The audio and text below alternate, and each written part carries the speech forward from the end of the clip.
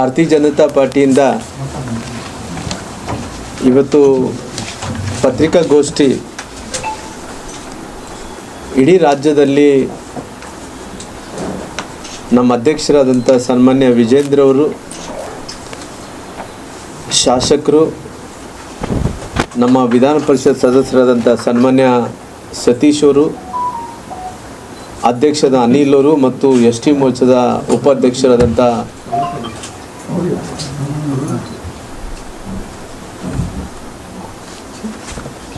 ಸನ್ಮಾನ್ಯ ಓಬಳೇಶ್ ಅವರು ಇವ್ರನ್ನ ಆದಿ ಹಿಡ್ಕೊಂಡು ಇಡೀ ರಾಜ್ಯದಲ್ಲಿ ಭಾರತೀಯ ಜನತಾ ಪಾರ್ಟಿ ದೊಡ್ಡವಾದಂಥ ಹೋರಾಟವನ್ನು ಮಾಡ್ತಾ ಇದೆ.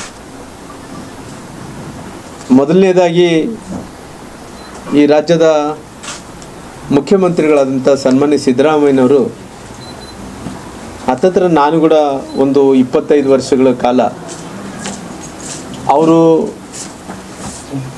ಅಧಿಕಾರದಲ್ಲಿ ಒಬ್ಬ ಶಾಸಕನಾಗಿದ್ದಂಥ ಟೈಮಲ್ಲಿ ಕೂಡ ನಾವು ನೋಡಿದ್ದೇವೆ. ಅದೇ ರೀತಿಯಲ್ಲಿ ಅವರು ಪುನಃ ವಿರೋಧ ಪಕ್ಷದ ನಾಯಕರಾದಂಥ ಟೈಮಲ್ಲಿ ಕೂಡ ಅವ್ರು ನೋಡಿದ್ದೀವಿ. ಮುಖ್ಯಮಂತ್ರಿಗಳಾದಂಥ ಟೈಮಲ್ಲಿ ಕೂಡ ನಾವು ನೋಡ್ಕೊತಾನೆ ನಾವು ಒಂದು ರೀತಿ ಸಮಾನವಾಗಿ ರಾಜಕಾರಣವನ್ನು ಮಾಡ್ಕೊತ ಬರ್ತಾಯಿದ್ವಿ. ಬಹುಶಃ ನನಗಿನ ಅವರು ಸ್ವಲ್ಪ ಸೀನಿಯರ್ ಕೂಡ ಆಗಿರ್ಬೋದು. ಯಾಕಂದರೆ ನಾನು ಸಿದ್ದರಾಮಯ್ಯವ್ರನ್ನ ಹಿಂದಿನ ಸರ್ಕಾರದಲ್ಲಿ ಅವರು ಯಾವುದೇ ಭ್ರಷ್ಟಾಚಾರ ಆದಂಥ ಟೈಮಲ್ಲಿ ಸರ್ಕಾರದಲ್ಲಿದ್ದಂಥ ಯಾವುದೇ ಮುಲಾಜಿಲ್ಲಾರ್ದಂಥ ಆಗಿ ಅವರು ಆರೋಪಣೆ ಬಂದಂಥ ಸಂದರ್ಭದಲ್ಲಿ ಅವ್ರು ಹೇಳಿದಂಥ ಮಾತುಗಳು ನೆನಪು ಮಾಡಿಕೊಡ್ಬೇಕಾಗುತ್ತೆ. ಎಂಥ ಪರಿಸ್ಥಿತಿಯಲ್ಲಿ ಕ್ಷಮಿಸುವಂಥ ಪ್ರಶ್ನೆ ಇಲ್ಲ. ಅವರು ಖಂಡಿತವಾಗಿ ಅವ್ರ ಮೇಲೆ ಕ್ರಮ ತಗೋಬೇಕು ಅನ್ನೋಂಥ ಮಾತುಗಳನ್ನು ಸನ್ಮಾನ್ಯ ಸಿದ್ದರಾಮಯ್ಯರು ಹೇಳಿದಂಥ ಮಾತುಗಳು. ಹಂಗಾಗಿ ಇವತ್ತು ಅವ್ರ ಮೇಲೆ ಇವತ್ತು ಒಂದು ಭ್ರಷ್ಟಾಚಾರದ ಆರೋಪ ಬಂದಿದೆ. ಈ ಭ್ರಷ್ಟಾಚಾರ ಆರೋಪ ಬಂದಂಥ ಟೈಮಲ್ಲಿ ಕೂಡ ಹಿಂದಿನ ಕಡತಗಳನ್ನು ತೆಗೆದು ನೋಡಿದ್ರೆ ಅವ್ರದ್ದೇ ಮಾತಿನ ಶೈಲಿಗಳಲ್ಲಿ ಅವ್ರು ಹೇಳಿದಂಥ ವಿಷಯಗಳ ಬಗ್ಗೆ ಅದರ ಮತ್ತೆ ಪುನಃ ಉಲ್ಲೇಖನ ಮಾಡೋದು ಬೇಡ. ಆದರೆ ಅವರು ಹೇಳಿದಂಥ ಮಾತು ಯಾವುದೇ ವ್ಯಕ್ತಿ ಭ್ರಷ್ಟಾಚಾರ ಆದಂಥ ಟೈಮಲ್ಲಿ ಯಾವುದೇ ಮುಲಾಜಿಲ್ಲಾದಂಥ ಯಾವುದೇ ಸ್ಥಾನ ಇರ್ಬೋದು, ಅವರು ಖಂಡಿತವಾಗಿ ಈ ಕೆಳಗೆ ಇಳಿಬೇಕು ಅನ್ನೋಂಥ ಮಾತುಗಳು ಸದನದಲ್ಲಿ ಕೂಡ ಮಾತಾಡಿದಂಥ ಮಾತುಗಳಾಗಿರೋ ಕಾರಣ ಹಂಗಾಗಿ ಇವತ್ತು ಅವ್ರ ಮೇಲೆ ಆರೋಪಣೆ ಬಂದಂಥ ಟೈಮಲ್ಲಿ ಅವ್ರ ಮೇಲೆ ಆರೋಪಣೆ ಬಂದಂಥ ಟೈಮಲ್ಲಿ ಇಡೀ ರಾಜ್ಯದಲ್ಲಿದ್ದಂಥ ಜನರು ಭಾರತೀಯ ಜನತಾ ಪಾರ್ಟಿ ಒಂದೇ ಒಂದಕ್ಕೆ ಹೋಗಿದೆ, ರಾಜೀನಾಮೆ ಕೊಡ್ರಿ. ಯಾಕಂದರೆ ಆಲ್ರೆಡಿ ನಮ್ಮ ರಾಜ್ಯಪಾಲರು ಪ್ರಾಸಿಕ್ಯೂಷನ್ಗೆ ಅವಕಾಶ ಮಾಡಿಕೊಟ್ಟಂಥ ಟೈಮಲ್ಲಿ ರೈಟ್ ಓ ರಾಂಗ್ ಅನ್ನೋಂಥ ವಿಚಾರ ಬಂದಂಥ ಟೈಮಲ್ಲಿ ಕೂಡ ಆಲ್ರೆಡಿ ಕೋರ್ಟ್ ಅದನ್ನು ಎತ್ತಿ ಹಿಡಿದಿರೋ ಕಾರಣ ಖಂಡಿತವಾಗಿ ಅವ್ರನ್ನ ಪ್ರಾಸಿಕ್ಯೂಷನ್ ಮಾಡಲೇಬೇಕಾಗುತ್ತೆ. ಪ್ರಾಸಿಕ್ಯೂಷನ್ ಮಾಡಲೇಬೇಕಾದ್ರಿಗಿನ ಲೋಕಾಯುಕ್ತರು ಕಂಪ್ಲೇಂಟ್ ಫೈಲ್ ಮಾಡ್ಕೊಳ್ಳೇಬೇಕಾಗುತ್ತೆ. ಲೋಕಾಯುಕ್ತರು ಫೈಲ್ ಕಂಪ್ಲೇಂಟ್ ಮಾಡಿಕೊಂಡ್ರೆ ಪುನಃ ಮುಖ್ಯಮಂತ್ರಿಗಳ ಮೇಲೆ ಅವ್ರ ಹುದ್ದೆಲಿತ್ತು ಮತ್ತು ಪುನಃ ಪ್ರಾಸಿಕ್ಯೂಷನ್ಗೆ ಅವರಿಗೆ ತನಿಖೆ ಮಾಡೋಕ್ಕೆ ಸಾಧ್ಯ ಇಲ್ಲ ಕಾರಣ ಖಂಡಿತವಾಗಿ ಖಂಡಿತವಾಗಿ ಅವರು ರಾಜೀನಾಮೆಯನ್ನು ಕೊಡಬೇಕಾಗುತ್ತೆ. ಉದಾಹರಣೆಗಳು ನಾವು ಬೇರೆ ಬೇರೆ ರಾಜ್ಯಗಳಲ್ಲಿ ನೋಡಿದಂಥ ಟೈಮಲ್ಲಿ ನಮ್ಮ ರಾಜ್ಯದಲ್ಲಿ ನಮ್ಮ ಮುಖ್ಯಮಂತ್ರಿಗಳಾದಂಥ ಮಾಜಿ ಮುಖ್ಯಮಂತ್ರಿಗಳು ಯಡಿಯೂರಪ್ಪನವರು ಕೂಡ ಲೋಕಾಯುಕ್ತದಲ್ಲಿ ಅವತ್ತಿನ ತನಿಖೆಗೆ ಆದೇಶ ಕೊಟ್ಟಂಥ ಟೈಮಲ್ಲಿ ಅವ್ರು ರಾಜೀನಾಮೆಯನ್ನು ಕೊಡಬೇಕಾಯ್ತು. ಅಂಥ ಪರಿಸ್ಥಿತಿ. ಯಾಕಂದರೆ ಮುಖ್ಯಮಂತ್ರಿಗಳಂದರೆ ಅವರೊಂದು ಉನ್ನತವಾದಂಥ ಸ್ಥಾನದಲ್ಲಿದ್ದಂಥವ್ರು. ಇವತ್ತು ಲೋಕಾಯುಕ್ತ ಅಧಿಕಾರಿಗಳು ಮುಖ್ಯಮಂತ್ರಿಗಳ ಮೇಲೆ ತನಿಖೆ ಮಾಡಬೇಕಂದ್ರೆ ಅದು ಸಾಧ್ಯವಾಗಲಾರ್ದಂಥ ಪ್ರಶ್ನೆ. ಮುಖ್ಯಮಂತ್ರಿಗಳ ಮೇಲೆ ತನಿಖೆ ಮಾಡಬೇಕಾದ್ರಿಗಿನ ಅವ್ರಿಗೆ ಅಷ್ಟೊಂದು ತನಿಖೆ ಮಾಡ್ಲಿಕ್ಕೆ ಸಾಧ್ಯ ಆಗಲ್ಲ. ಅದಕ್ಕೋಸ್ಕರವಾಗಿ ಅವರು ಮುಖ್ಯಮಂತ್ರಿ ಸ್ಥಾನದಿಂದ ಇಳಿಬೇಕನ್ನೋಂಥದ್ದು ಮೊದಲನೇ ಡಿಮ್ಯಾಂಡ್ ಆಗಿದೆ. ಆಮೇಲೆ ತನಿಖೆಯನ್ನು ಆಗಬೇಕು, ಅದೆಲ್ಲ ಕೂಡ ಮಾಡಬೇಕಾಗುತ್ತೆ. ಹಂಗಾಗಿ ನಾನು ಪುನಃ ನಾನು ಫಸ್ಟ್ ರಾಜೀನಾಮೆಯನ್ನು ಕೊಟ್ಟು ತನಿಖೆಗೆ ತಾವು ಪ್ರಾರಂಭ ಮಾಡಬೇಕು ಅನ್ನೋಂಥ ಒತ್ತಾಯವನ್ನು ಕೂಡ ನಾನು ಮಾಡ್ತೀನಿ. ಅದಕ್ಕೋಸ್ಕರವಾಗಿ ಇವತ್ತು ಇಡೀ ರಾಜ್ಯದಲ್ಲಿ, ಯಾಕಂದರೆ ಇವತ್ತು ಭಾರತೀಯ ಜನತಾ ಪಾರ್ಟಿ ಒಂದು ಕಡೆ ಹೋರಾಟ ಮಾಡ್ತಾ ಇದೆ, ಒಂದು ಕಡೆ ಇವತ್ತು ಈ ವಿಚಾರಗಳನ್ನು ತೊಗೊಂಡಂಥ ಟೈಮಲ್ಲಿ ಸರ್ಕಾರ ಬಂದು ಹತ್ತತ್ರ ನಮಗೆ 2 ವರ್ಷಗಳ ಕಾಲ ಆಗ್ತಾಯಿದೆ. ಸರ್ಕಾರ ಬಂದು 2 ವರ್ಷಗಳ ಕಾಲ ಆಗ್ತಾಯಿದ್ರೆ ಕೂಡ ಒಂದೊಂದು ಡೆವಲಪ್ಮೆಂಟ್ ಕೂಡ ನಾವು ಕಾಣಲಿಕ್ಕೆ ಸಾಧ್ಯ ಆಗ್ತಾ ಇಲ್ಲ.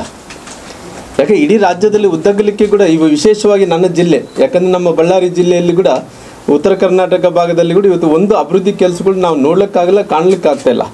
ಕೇವಲ ಅವ್ರು ಏನು ಮಾಡ್ತಾಯಿದೆ ಅಂದರೆ ಅವರೆಲ್ಲ ಕೂಡ ತಪ್ಪುಗಳನ್ನು ಸಮರ್ಥಿಸ್ಕೊಂಡಂಥ ಕೆಲಸ ಮಾಡಿಕೊಂಡು ಹೋಗ್ತಾ ಇದ್ದಾರೆ. ಅವರು ತಪ್ಪುಗಳೆಲ್ಲ ಸಮರ್ಥನೆ ಮಾಡ್ಕೊಂಡಂಥ ಕೆಲಸ ಮಾಡ್ತಾಯಿದ್ದಾರೆ. ಎಲ್ಲ ಒಂದು ಕಡೆ ಅವ್ರನ್ನ ಕುರ್ಚಿಯನ್ನು ಉಳಿಸ್ಕೋಬೇಕನ್ನೋಂಥ ಪ್ರಯತ್ನ ಮಾಡ್ತಾ ಇದ್ದಾರಲ್ಲಿ ಅಭಿವೃದ್ಧಿ ಬಗ್ಗೆ ಯಾರು ಚಿಂತನೆಯನ್ನು ಮಾಡ್ತಾ ಇಲ್ಲ. ಯಾಕಂದರೆ ಬಹುಶಃ ನಾನು ಈ ಭಾಗದಿಂದ ಬಂದಿರೋ ಕಾರಣ ನಮ್ಮ ಕಲ್ಯಾಣ ಕರ್ನಾಟಕ ಭಾಗದಿಂದ ಬಂದಿರೋ ಕಾರಣ ಇವತ್ತು ಕೇವಲ ಮೊನ್ನೆ ಬಂದು ಮುಖ್ಯಮಂತ್ರಿಗಳು ವಿಶೇಷವಾದಂಥ ಕ್ಯಾಬಿನೆಟ್ ನಡೆಸಿದಂಥ ಟೈಮಲ್ಲಿ ನನಗೆ ಸಂತೋಷ ಆಯಿತು. ಯಾಕಂದರೆ ಎಲ್ಲ ಒಂದು ಕಡೆ ಮುಖ್ಯಮಂತ್ರಿಗಳು ಇಲ್ಲಿ ಕ್ಯಾಬಿನೆಟ್ ನಡೆದಂಥ ಟೈಮಲ್ಲಿ ಈ ಭಾಗದ ಜನರಿಗೇನಾಗಲಿ ಜಸ್ಟಿಸ್ ಸಿಗ್ಬೋದೇನೋ ಅಂದ್ಕೊಂಡಿದ್ರೆ ಇವತ್ತು ನೇಮಕಾತಿ ವಿಚಾರದಲ್ಲಿ, ಇವತ್ತು ಪ್ರಮೋಷನ್ ವಿಚಾರದಲ್ಲಿ, ಇವತ್ತು ಎಲ್ಲ ವಿಚಾರದಲ್ಲಿ ಕೂಡ ಅನ್ಯಾಯ ಆಗಿದೆ ಅಂತ ನಾನು ಹೇಳ್ತಾ ಇಲ್ಲ. ಆ ಭಾಗದಲ್ಲಿದ್ದಂಥ ಹೋರಾಟಗಾರ ದಿನನಿತ್ಯ ಕೂಡ ಅವರು ಹೆಂಗೆ ಗೋಳ ಹಾಕ್ಕೊತ ಇದ್ದಾರೆ ಅಂದರೆ, ನಾನೇ ಕ್ಯಾಬಿನೆಟಿನ ಉಪಸಮಿತಿಯ ಅಧ್ಯಕ್ಷರಾಗಿ ಅವತ್ತಿನ ಇವತ್ತಿನ ಚೀಫ್ ಸೆಕ್ರೆಟರಿ ಆದಂಥ ಶಾಲಿನಿ ರಜನೀಶ್ವರು ಅವತ್ತು ನಮಗೆ ಇದು ಕಲ್ಯಾಣ ಕರ್ನಾಟಕ ಭಾಗದಲ್ಲಿ ಅವರು ಸೆಕ್ರೆಟರಿ ಆಗಿ ಅವತ್ತಿನ ತೊಗೊಂಡಂಥ ಆದೇಶಗಳೆಲ್ಲ ಕೂಡ ಇಂಪ್ಲಿಮೆಂಟೇಷನ್ ಆಗಬೇಕಾಯಿತು. ಅಲ್ಲಿ ಪ್ರಮೋಷನ್ದಲ್ಲಿ ಇಂಪ್ಲಿಮೆಂಟೇಷನ್ ಆಗಬೇಕಾಯಿತು, ಜೊತೆಲಿ ನೇಮಕಾತಿಯಲ್ಲಿ ಇಂಪ್ಲಿಮೆಂಟೇಷನ್ ಆಗಬೇಕಾಯಿತು, ಜೊತೆಲಿ ಡೆವಲಪ್ಮೆಂಟ್ ವಿಚಾರದಲ್ಲಿ ಕೂಡ ಆಗಬೇಕಾಯ್ತು. ಇವತ್ತೆಲ್ಲ ಕೂಡ ಹೆಂಗಾಗ್ಬಿಟ್ಟಿದೆ ಅಂದ್ರಿಗಿನ ಈ ಭಾಗದಲ್ಲಿದ್ದಂಥ ಎಲ್ಲ ಸೌಲಭ್ಯಗಳು ಬೇರೆ ಕಡೆ ಸಿಗ್ತಾ ಇದ್ದಾವಲ್ಲಿ ಈ ಭಾಗದಲ್ಲಿದ್ದಂಥ ಜನರಿಗೆ ಸೌಲಭ್ಯಗಳು ಸಿಗ್ತಾ ಇಲ್ಲ. ಮೊನ್ನೆ ಕೂಡ ಭಾಳಷ್ಟು ಮಂದಿ ಈ ಹೋರಾಟಗಾರರು ಬಂದು ನನ್ನ ಹತ್ರ ಕೇಳಿದಂಥ ಟೈಮಲ್ಲಿ ಕೂಡ ಇಲ್ಲಿ ಅನ್ಯಾಯ ಆಗ್ತಾಯಿದೆ ಅಂದ್ರೆ ನಾನು ಹೇಳಿದೆ, ಒಂದೇ ಮಾತು ಹೋಗಿ ದೊಡ್ಡ ಕರಿಗೆಯವ್ರ ಹತ್ರ ಮಾತಾಡ್ರಿ, ದೊಡ್ಡ ಕರಿಗೆಯವ್ರು ಕಂಡ್ರೆ ದೊಡ್ಡ ಕಡಿಗೆಯವ್ರಿಗೆ ಹೇಳ್ರಿ, ದಯವಿಟ್ಟು ನಮ್ಗೆ ಅನ್ಯಾಯ ಆಗ್ತಿದೆ ನೇಮಕಾತಿ ವಿಚಾರದಲ್ಲಿ, ದಯವಿಟ್ಟು ನೀವು ಜಸ್ಟಿಸ್ ಮಾಡಿಕೊಡ್ಬೇಕಂತ ಹೇಳಿದ್ರೆ ಅಕಸ್ಮಿತವಾಗಿ ದೊಡ್ಡ ಕರಿಗೆಯವ್ರು ಸಿಗಲಿದ್ರೆ ಸಣ್ಣ ಕರಿಗೆಯವ್ರ ಹತ್ರ ಹೋಗ್ರಿ, ಕರಿಗೆಯವ್ರ ಹತ್ರ ಹೋಗಿ ರಿಕ್ವೆಸ್ಟ್ ಮಾಡಿಕೊಂಡು ನಮ್ಗೆ ಅನ್ಯಾಯ ಆಗ್ತಿದೆ. ಅವ್ರು ಏನು ಹೇಳಿದಾರೆ ಅಂತ, ಇಲ್ಲಪ್ಪ ನನ್ನ ಕೈಲಿ ಏನು ಮಾಡೋಕ್ಕಾಗಲ್ಲ, ನೀವೇನಿದ್ರೆ ಹೋಮ್ ಮಿನಿಸ್ಟರ್ ಹತ್ರ ಹೋಗ್ರಿ, ಪೊಲೀಸ್ ನೇಮಕಾತಿ ಆದ್ರಿಗಿನ ಇಲ್ಲಿ ನೀವು ಟೀಚರ್ಸ್ ಆದ್ರೆ ಶಿಕ್ಷಣ ಮಿನಿಸ್ಟರ್ ಹತ್ರ ಹೋಗ್ರಿ, ನನಗೇನು ಸಂಬಂಧ ಇಲ್ಲ ಅನ್ನೋಂಥ ಮಾತುಗಳು ಈ ಭಾಗದಲ್ಲಿದ್ದಂಥ ಒಬ್ಬ ನಾಯಕರೇ ಮಾತಾಡ್ತಾರೆ ಅಂದ್ರಿಗಿನ ಈ ಭಾಗದಲ್ಲಿದ್ದಂಥ ಜನರು ಅವ್ರಿಗೆ ಸ್ಪಂದನೆ ಯಾವ ರೀತಿಯಲ್ಲಿ ಇರ್ತಾರೆ, ಅವ್ರನ್ನ ಈ ಭಾಗದಲ್ಲಿದ್ದಂಥ ಜನರಿಗೆ ಯಾವ ರೀತಿಯಲ್ಲಿ ಆಗ್ಬೋದು ಅನ್ನೋಂಥ ವಿಚಾರವನ್ನು ಕೂಡ ನಾನು ಉಲ್ಲೇಖನ ಮಾಡಬೇಕಾಗುತ್ತೆ. ಅದಕ್ಕೋಸ್ಕರ ಈ ಭಾಗದಲ್ಲಿ ದೊಡ್ಡ ಹೋರಾಟವನ್ನು ಇಟ್ಕೊಂಡಿದ್ದಾರೆ ಆಲ್ರೆಡಿ ಹೋರಾಟಗಾರರೆಲ್ಲರೂ. ಮುಂದಿನ ದಿನಗಳಲ್ಲಿ ಈ ಸರ್ಕಾರದ ವಿರುದ್ಧವಾಗಿ ನಾವು ಹೋರಾಟವನ್ನು ಪ್ರಾರಂಭ ಮಾಡ್ತೀವಿ. ಎಲ್ಲ ವಿಚಾರಗಳಲ್ಲಿ ನಮ್ಗೆ ಅನ್ಯಾಯ ಆಗ್ತಾಯಿದೆ ಅನ್ನೋಂಥ ಮಾತನ್ನು ಕೂಡ ಅವ್ರು ಹೇಳಿರೋ ಕಾರಣ ಅವರು ಕೇವಲ ಸರ್ಕಾರ ಬಂದು 2 ವರ್ಷಗಳ ನಂತರ ಅವರು ಕುರ್ಜಿಯನ್ನು ಉಳಿಸ್ಕೊಳ್ಳೋಂಥ ಕೆಲಸ ಮಾಡ್ತಾ ಇರಲಿ. ಯಾರು ಕೂಡ ಅಭಿವೃದ್ಧಿ ವಿಚಾರದಲ್ಲಿ ಇವತ್ತು ಯಾರು ಕೂಡ ಯೋಚನೆಯನ್ನು ಮಾಡ್ತಾ ಇಲ್ಲ, ಅವೆಲ್ಲ ಕೂಡ ಕಣ್ಮರಿ ಆಗೋಂಥ ಕೆಲಸಗಳು ಕೂಡ ಆಗ್ತಾ ಇದ್ದಾವೆ. ಅದಕ್ಕೋಸ್ಕರವಾಗಿ ಇವತ್ತು ಒಂದು ಉದಾಹರಣೆಯಾಗಿ ನಮ್ಮ ಭಾಗದಲ್ಲಿ ಇವತ್ತು ಇಷ್ಟೊಂದು ದೊಡ್ಡ ಅವ್ಯವಹಾರ, ಯಾಕಂದರೆ ಈ ಭಾಗದಲ್ಲಿ ಪರಿಶಿಷ್ಟ ವರ್ಗಗಳ ಜನರದ್ದು ಹತ್ತತ್ರ 187 ಕೋಟಿ ರೂಪಾಯಿ ಇವತ್ತು ಭ್ರಷ್ಟಾಚಾರ ಆದಂಥ ಟೈಮಲ್ಲಿ ಕೂಡ ಇವತ್ತು ಕೇವಲ ಬಳ್ಳಾರಿಯ ಲೋಕಸಭೆ ಚುನಾವಣೆಗಳಿಗೆ ಈ ಹಣ ಉಪಯೋಗ ಆಗಿದೆ ಅಂತೇಳಿ ನಾನು ಹೇಳಿದಂಥ ಮಾತಲ್ಲ. ಕೇವಲ ಮೊನ್ನೆ ಬಳ್ಳಾರಿ ಜಿಲ್ಲೆ ಸಂಸದರು ಹೇಳ್ತಾ ಇದ್ದಂತೆ ರಾಮ್ಲೂರು ಇವತ್ತು ಏನೇನು ಮಾಡಿದ್ದಾರೆ ಅನ್ನೋಂಥ ವಿಚಾರದ ಬಗ್ಗೆ ನಾನು ಹೇಳಿಲ್ಲ. ಅಲ್ಲಿ ಇನ್ವೆಸ್ಟಿಗೇಷನ್ದಲ್ಲಿ ಎಲ್ಲ ಒಂದು ಕಡೆ CBI ಇದು ED ಇನ್ವೆಸ್ಟಿಗೇಷನ್ ಎನ್ಫೋರ್ಸ್ಮೆಂಟ್ ಡೈರೆಕ್ಟರ್ ಇನ್ವೆಸ್ಟಿಗೇಷನ್ದಲ್ಲಿ ಎಲ್ಲೋ 21 ಕೋಟಿ ರೂಪಾಯಿ ಹಣ ಇಲ್ಲಿ ಚುನಾವಣೆಯಲ್ಲಿ ಬಳಕೆ ಆಗಿದೆ. ಆ ಚುನಾವಣೆಯಲ್ಲಿ ಬಳಕೆ ಆದಂಥ ವಿಚಾರವನ್ನು ನೋಡಿದಂಥ ಟೈಮಲ್ಲಿ ಅವರು ಆ ಹಣ ಎಲ್ಲೆಲ್ಲಿ ಬಳಕೆ ಮಾಡಿದ್ದಾರೆ, ಯಾವ ಬೂತ್ಗೆ ಎಷ್ಟೆಷ್ಟು ರೊಕ್ಕ ಕಳಿಸಿದ್ದಾರೆ, ಯಾವ ತಾಲೂಕಿಗೆ ಎಷ್ಟೆಷ್ಟು ರೊಕ್ಕ ಕಳಿಸಿದ್ದಾರೆ ಅಂತೇಳಿ ಅವರು ಈ ಜಿಲ್ಲಾ ಉಸ್ತುವಾರಿ ಮಂತ್ರಿಗಳಾದಂಥ ನಮ್ಮ ನಾಗೇಂದ್ರ ಅವರು PA ವಿಜಯಕುಮಾರನ್ನು ಬರೆದಿಟ್ಕೊಂಡಿದ್ದಾರೆ. ಅವ್ರಿಗೆ ಸ್ಲಿಪ್ ಸಿಕ್ಕಿರೋ ಕಾರಣ ಆ ಚಾರ್ಜ್ ಶೀಟಲ್ಲಿ ಕೂಡ ಫೈಲ್ ಮಾಡಿದ್ದಾರೆ. ನಾನು ಹೇಳಿದಂಥ ಮಾತುಗಳೇನಲ್ಲ, ಆದರೆ 21 ಕೋಟಿ ರೂಪಾಯಿ ಹಣ ಇವತ್ತು ಲೋಕಸಭೆ ಚುನಾವಣೆಗಳು ಬಳಕೆ ಮಾಡಿದ್ದಾರೆ ಅಂದರೆ ಅದ್ರ ಬಗ್ಗೆ ನೀವೇನು ಚಕಾರ ಇರ್ತಾ ಇಲ್ಲ, ಅದ್ರ ಬಗ್ಗೆ ಯಾರು ಮಾತಾಡ್ತಾ ಇಲ್ಲ. ಅದಕ್ಕೋಸ್ಕರ ನಾನೇನು ಹೇಳಿದೆ, ಖಂಡಿತವಾಗಿ ನೀನು ಲೋಕಸಭೆ ಚುನಾವಣೆಗಳಿಗೆ ಈ ಹಣ ಬಳಕೆ ಆಗಿರೋ ಕಾರಣ ನೀವು ದಯವಿಟ್ಟು ಆ ಸ್ಥಾನಕ್ಕೆ ರಾಜೀನಾಮೆ ಕೊಡಬೇಕಂದು ಒತ್ತಾಯ ಮಾಡಿರೋದಂತ ಸತ್ಯ. ಯಾಕಂದರೆ ನೀವು ಆಗಿರ್ಬೋದು, ನಾನು ಯಾವುದು ಹೇಳಕ್ಕೆ ಹೋಗಲ್ಲ, 4 ಬಾರಿ ಶಾಸಕರಾಗಿರ್ಬೋದು, ಇವತ್ತು ಸಂಸದರಾಗಿರ್ಬೋದು. ಯಾಕಂದರೆ ನಾನು ನಿಮ್ಮ ಹುದ್ದೆಗೆ ಅಗೌರವ ಮಾಡೋಂಥ ಕೆಲಸ ಮಾಡ್ತಾ ಇಲ್ಲ. ಯಾಕಂದರೆ ನೀವು ಇವತ್ತು ಇಲ್ಲಿ ತನಕ ಆಗಿದೆ ಈ ಸಮುದಾಯಗಳ ಹಣವನ್ನು ಬಳಕೆ ಮಾಡಿದರೆ ಇವತ್ತು ಇಷ್ಟೊಂದು EDಯಲ್ಲಿ ನಾನು ಹೇಳಿದಂಥ ಮಾತಲ್ಲ, EDಯಲ್ಲಿ ಇವತ್ತು ಇಷ್ಟೊಂದು ದೊಡ್ಡ ಅವ್ಯವಹಾರ ಆಗಿದೆ, ಇವತ್ತು ಬಳಕೆ ಆಗಿದೆ ಅಂತೇಳಿ ಹೇಳ್ತಾ ಇದ್ದೆ. ಅವ್ರ ರಿಪೋರ್ಟಲ್ಲಿ ಕೊಟ್ಟಿದ್ರೆ ಕೂಡ ಇವತ್ತು ಇಲ್ಲಿ ತನಕ ಆಗಿದೆ, ತಾವು ಚಕಾರವಾಗಿ ಒಂದು ಮಾತನ್ನು ಕೂಡ ಮಾತಾಡಲಿಲ್ಲ, ಎಲ್ಲಿ ಕೂಡ ಇವತ್ತು ಈ ಮಾತಾಡಿಲ್ಲ. ಇಂಥ ಸಂದರ್ಭದಲ್ಲಿ ಇವತ್ತು ನೀವು ಅಭಿವೃದ್ಧಿ ವಿಚಾರದಲ್ಲಿ ಮಾತಾಡ್ತೀರಿ, ಅಭಿವೃದ್ಧಿ ವಿಚಾರದಲ್ಲಿ ಏನು ಮಾಡಿದಿರಿ ಹೇಳಲ್ಲ. ಕನಿಷ್ಠ ನಿಮ್ಮ ಸರ್ಕಾರ ಬಂದು ಇಷ್ಟು 2 ವರ್ಷಗಳ ಕಾಲ ಆಯಿತು, ಏನು ಮಾಡೋಕ್ಕೆ ಸಾಧ್ಯ ಆಗಿದೆ?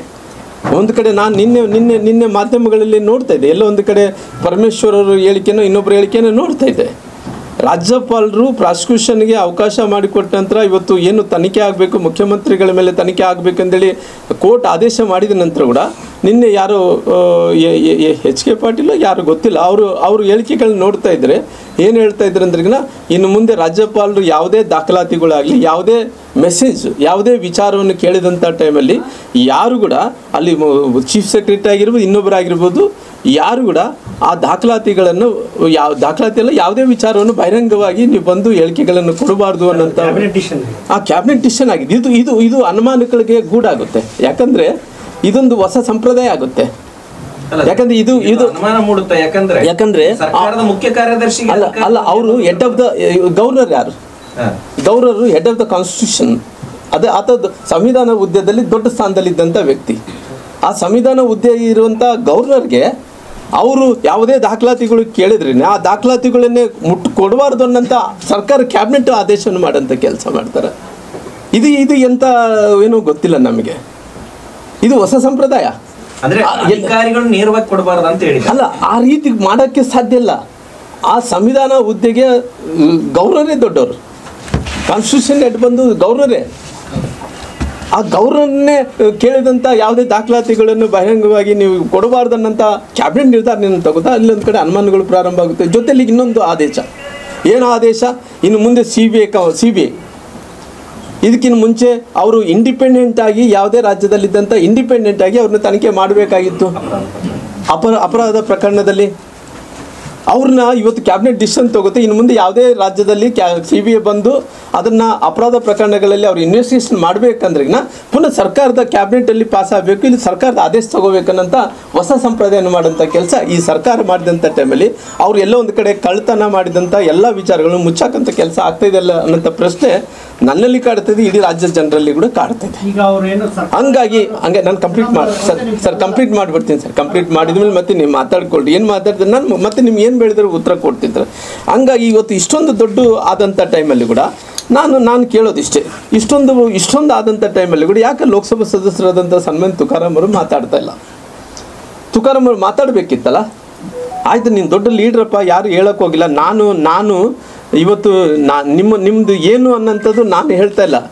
ನಿಮಗೆ ಇವತ್ತು ಇಡಿಯಲ್ಲೇ ನಿಮಗೆ ಎಷ್ಟು ಭ್ರಷ್ಟಾಚಾರ ಆಗಿದೆ, ಏನೇನು ಅವ್ಯವಹಾರ ಆಗಿದೆ, ಏನೇನು ಯಾರ್ಯಾರು ಶಾಮೀಲಾಗಿದ್ದಾರೆ ಅಂತೇಳಿ ನನಗೇನು ಸವಾಲು ಹಾಕೋದೇನು ಬೇಕಾಗಿಲ್ಲ. ನಾಳೆ ನಿಮಗೆ ಇಡಿಯವರೇ ನಿಮಗೆ ಸವಾಲು ಹಾಕ್ತಾರೆ, ನಿಮ್ಗೆ ಏನು ಮಾಡಬೇಕೋ ಮಾಡ್ತಾರೆ.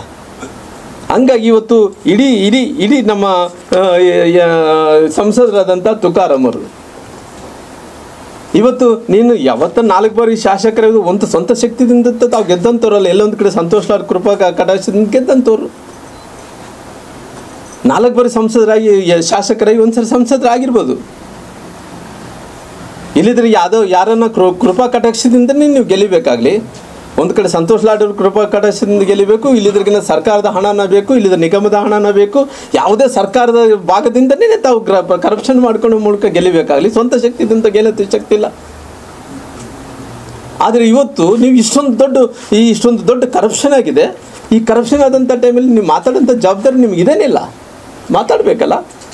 ಇವತ್ತು ಮಾತಾಡಲಾರದಂತೆ ಇವತ್ತು ಎಲ್ಲೋ ಒಂದು ಕಡೆ ಇಷ್ಟೊಂದು ಬಗ್ಗೆ ಮಾತಾಡಲಾರ್ದಂತೆ ಇವತ್ತು ರಾಮ್ಲೋರ್ ಏನೋ ಕೇಳಿದಾರೆ ಅಂದ್ರೆ ನೀವು ಬಹಿರಂಗ ಪ್ರಚಾರಕ್ಕೆ ಬರ್ರಿ, ಆ ಸರ್ಕಾರಕ್ಕೆ ಬರ್ರಿ ಅಂದರೆ ನಾನೇನು ಇಡಬೇಕಲ್ಲ. ನೀವು ಏನು ಸವಾಲು ಹಾಕಬೇಕು CBI ಅವ್ರು ಹಾಕ್ತಾರೆ, ನಾನೇನು ಹಾಕೋದು ಬೇಕಾಗಿಲ್ಲ. ಅಲ್ಲಿ ED ಅವ್ರಿಗೆ ಹೇಳಿದ್ದಾರೆ. ನಿಮ್ಮ ತನಿಖೆ ಇನ್ಸ್ಟಿಟ್ಯೂಷನಲ್ಲಿ ನಿಮ್ಮ ಹೆಸರುಗಳು ಹೊರಗೆ ಬೀಳ್ತಾ ಇದ್ದಾರೆ, ನಾವೇನಲ್ಲ. ಯಾರು ನಾಗೇಂದ್ರ ಯಾರು? ಆತ ನಿಮ್ಮ ಸರ್ಕಾರದಲ್ಲಿ ಮಂತ್ರಿ, ಬಳ್ಳಾರಿ ಜಿಲ್ಲಾ ಉಸ್ತುವಾರಿ ಮಂತ್ರಿಗಳು. ಎಲ್ಲೆಲ್ಲಿ ಹೋಗಿದೆ, ಬಳ್ಳಾರಿ ಜಿಲ್ಲೆಯಲ್ಲಿ ಯಾರ್ಯಾರಿಗೆ ಎಷ್ಟೆಷ್ಟು ಹಣ ಬಂದಿದೆ ಅಂತೇಳಿ ತನಿಖೆಯಲ್ಲಿ ನೋಡಿದ್ರೆ ನಮಗೆ ನಾಚಿಕೆ ಆಗ್ತಾವ. ಇದ್ರ ಬಗ್ಗೆ ಯಾರೂ ಮಾತಾಡ್ತಾ ಇಲ್ಲ. ಬಳ್ಳಾರಿ ಜನತೆಗೆ ಉತ್ತರ ಕೊಡು. ಇವತ್ತು ಬಳ್ಳಾರಿ ಜನತೆಗೆ ಉತ್ತರ ಕೊಡಬೇಕು. ನಮ್ಮ ಜನರು ಎಷ್ಟು ನೋವು ಪಡ್ತಾ ಇದ್ದಾರೆ ಅಂದ್ರಿಗಿನ ನೀವೆಲ್ಲೋ ಕರಪ್ಷನ್ ಮಾಡಿಕೊಂಡು ಎಲ್ಲ ಲೋಕಸಭೆ ಚುನಾವಣೆಗಳು ಹಣ ಬಳಕೆ ಮಾಡ್ಕೊಂತೀರಿ. ಇವತ್ತು ಕೆಟ್ಟ ಹೆಸರು ಬಂದು ನಮ್ಮ ಜಿಲ್ಲೆಗೆ ತಂದು ಇಡ್ತೀರಿ. ಇದ್ರ ಬಗ್ಗೆ ಏನು ಮಾತಾಡ್ತಾ ಇಲ್ಲ. ರಾಮ್ಲೋರ್ ಮಾತಾಡಿದ್ದಾರೆ ತಪ್ಪ. ಇದ್ದಿದ್ದ ದಾಖಲಾತಿಯಲ್ಲಿ ಏನು EDಯಲ್ಲಿ ಏನು ರಿಪೋರ್ಟ್ಸ್ ಇದೆ ಅದ್ರ ಬಗ್ಗೆ ಮಾತಾಡಿದ್ದೀನಾಗಲಿ, ನಾನು ಬೇರೆ ಅದ್ರ ಬಗ್ಗೆ ಏನು ಮಾತಾಡಿಲ್ಲ. ಸರ್ಕಾರಗಳಲ್ಲಿ ಖಂಡಿತವಾಗಿ ನಾನು ಮುಖ್ಯಮಂತ್ರಿಗಳನ್ನ ಒತ್ತಾಯ ಮಾಡ್ತೀನಿ, ದಯವಿಟ್ಟು ರಾಜೀನಾಮೆಯನ್ನು ಕೊಟ್ಟು ಪುನಃ ತನಿಖೆ ಪ್ರಾರಂಭ ಮಾಡಬೇಕು ಅಂತೇಳಿ ಒತ್ತಾಯವನ್ನು ಕೂಡ ಮಾಡೋಂಥ ಕೆಲಸ ಮಾಡ್ತೀನಿ. ಅನೇಕ ಕೆಲಸಗಳ ವಿಚಾರದಲ್ಲಿ ಇವತ್ತು ನೋಡಿ ಅವರೇ MLA, ಅವರೇ MP ಗಳು ಅವರು ಟೆಂಡರ್ ಇಲ್ಲಾರ್ದಂಥ ಕೆಲಸಗಳೆಲ್ಲ ಮಾಡ್ತಾಯಿದ್ದಾರೆ. ನಾನು ನಾರಾಯಣ ಪ್ರಾಜೆಕ್ಟ್ಗೆ ಡ್ರಿಂಕಿಂಗ್ ವಾಟರ್ ಸಲುವಾಗಿ ಫಸ್ಟ್ ಫೇಸ್ ಸೆಕೆಂಡ್ ಫೇಸ್ 1600 ಕೋಟಿ ರೂಪಾಯಿ ಮಂಜೂರಾತಿ ಮಾಡಿಕೊಟ್ಟೆ.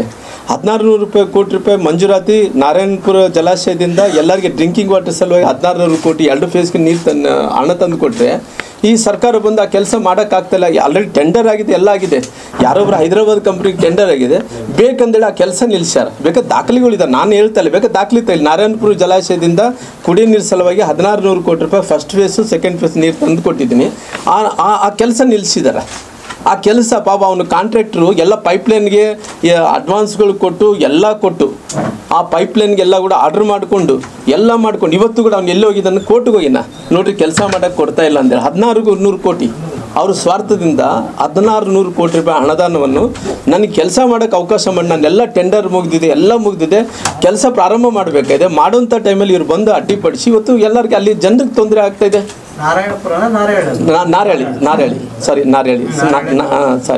ನಾರಾಯಣಿ ಪ್ರಾಜೆಕ್ಟ್ದು ಇವತ್ತು ಡ್ರಿಂಕಿಂಗ್ ವಾಟರ್ಗೆ 1600 ಕೋಟಿ ತಂದು ಕೊಟ್ಟಿನಿ. ಆದರೆ ಇವತ್ತು ಕೆಲಸ ಪ್ರಾರಂಭ ಮಾಡೋಂಥ ಹಚ್ಚಿದೆ. ಅವರು ಡಯಾಮೀಟರ್ ಸಲುವಾಗಿ ಪೈಪ್ಲೈನ್ ಎಲ್ಲ ಸುಮಾರು ಎಷ್ಟೋ ಕೋಟಿ ರೂಪಾಯಿ ಬಂಡವಾಳ ಹಾಕಿದ್ದಾರೆ. ಲಾಸ್ಟ್ ಕಾಂಟ್ರಾಕ್ಟರ್ ಬೆಕ್ ಮಾಡ್ತಾ ಇದ್ದಾನೆ, ದಯವಿಟ್ಟು ನನಗೆ ನೀವು ಕೆಲಸ ಮಾಡ್ಲಿಕ್ಕೆ ಅವಕಾಶ ಕೊಡಲಿದ್ರೆ ಪರವಾಗಿಲ್ಲ, ನನಗೆ ಆ ಏನು ಇನ್ವೆಸ್ಟ್ಮೆಂಟ್ ಮಾಡಿದ್ರೆ ಆ ಇನ್ವೆಸ್ಟ್ಮೆಂಟನ್ನು ವಾಪಸ್ ಕೊಟ್ಟು ಅಂತೇಳಿ ಅವನು ಏನು ಇವತ್ತು ಕೋರ್ಟ್ ಆದಮೇಲೆ ಇನ್ನೊಂದು ಕಾಂಪ್ರಮೈಸ್ ಕೋರ್ಟ್ ಇರ್ತದಲ್ಲ ಸರ್, ಲೋಕ ಅದಾಲತ್ಗೆ ಹೋಗಿದ್ದಾನೆ ಸರ್ ಅವನು. ಆ ಲೋಕ ಅದಾಲತ್ಗೆ ಹೋಗಿ ನನಗೆ ಬೇಕಾದ ಕೆಲಸ ಮಾಡೋಕ್ಕಂತ ನೀವು ಅವಕಾಶ ಕೊಡ್ತಾಯಿಲ್ಲ. ಸುಮಾರಾಗಿ ಒಂದು 10 ಬರೋಗೆ ಬೆಕ್ ಮಾಡಿದ್ದಾನೆ. 10 ದಿನಕ್ಕೊಮ್ಮೆ ಕುಡಿಯೋ ನೀರು ಬರ್ತದೆ. ಇವಾಗ 10 ದಿನಕ್ಕೆ 15 ದಿನಕ್ಕೊಮ್ಮೆ ಕುಡಿಯೋ ನೀರು ಬರ್ತಾ ಇದೆ. ನಾವು ಆ ಪ್ರಾಜೆಕ್ಟ್ ಅದು ದಿನನಿತ್ಯ ಕುಡಿಬೋದು. ಆದರೆ ಅಂಥ ಸ್ವಾರ್ಥಗಳನ್ನು ನೀವು ಹಿಡ್ಕೊಂಡು ಇವತ್ತು ನನ್ನ ಬಗ್ಗೆ ಮಾತಾಡೋಕೆ ಹೋಗ್ತೀರಿ. ಹಂಗಾಗಿ ನಾನು ಈ ಸರ್ಕಾರವನ್ನು ಒತ್ತಾಯ ಮಾಡ್ತೀನಿ, ಎಲ್ಲೋ ಒಂದು ಕಡೆ ನಮ್ಮ ಭಾಗದಲ್ಲಿದ್ದಂಥ ಜನರಿಗೆ ಭಾಳ ಅನ್ಯಾಯ ಆಗ್ತಿದೆ. ಈ ಅನ್ಯಾಯವನ್ನು ನೋಡಿ ಸಹಿಸೋಕ್ಕೆ ಸಾಧ್ಯ ಇಲ್ಲ.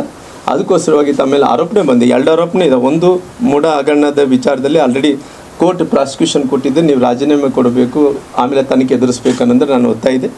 ಜೊತೆಲಿ ವಾಲ್ಮೀಕಿ ಅಭಿವೃದ್ಧಿ ನಿಗಮದ ಹಣ ಏನು ದುರ್ಬಳಕೆ ಮಾಡಿಕೊಂಡಿದ್ರು, ಈ ಲೋಕಸಭೆ ಚುನಾವಣೆಗೆ ಬಳಕೆ ಮಾಡಿದ್ರು, ತುಕಾರಾಮನ್ನ ನಾನು ಅವ್ರಿಗೇನನ್ನ ನಾನು ಕೂಡ ಭಾಳಷ್ಟು ಸರ್ ರಾಜೀನಾಮೆ ಕೊಟ್ಟೆ. ಸ್ವಾಭಿಮಾನ ಇದ್ದಂಥ ಟೈಮಲ್ಲಿ ಅವ್ರು ಒತ್ತಾಯ ಮಾಡ್ತೀನಿ, ಅವ್ರು ರಾಜೀನಾಮೆ ಕೊಡ್ಬೇಕಂತೇಳಿ.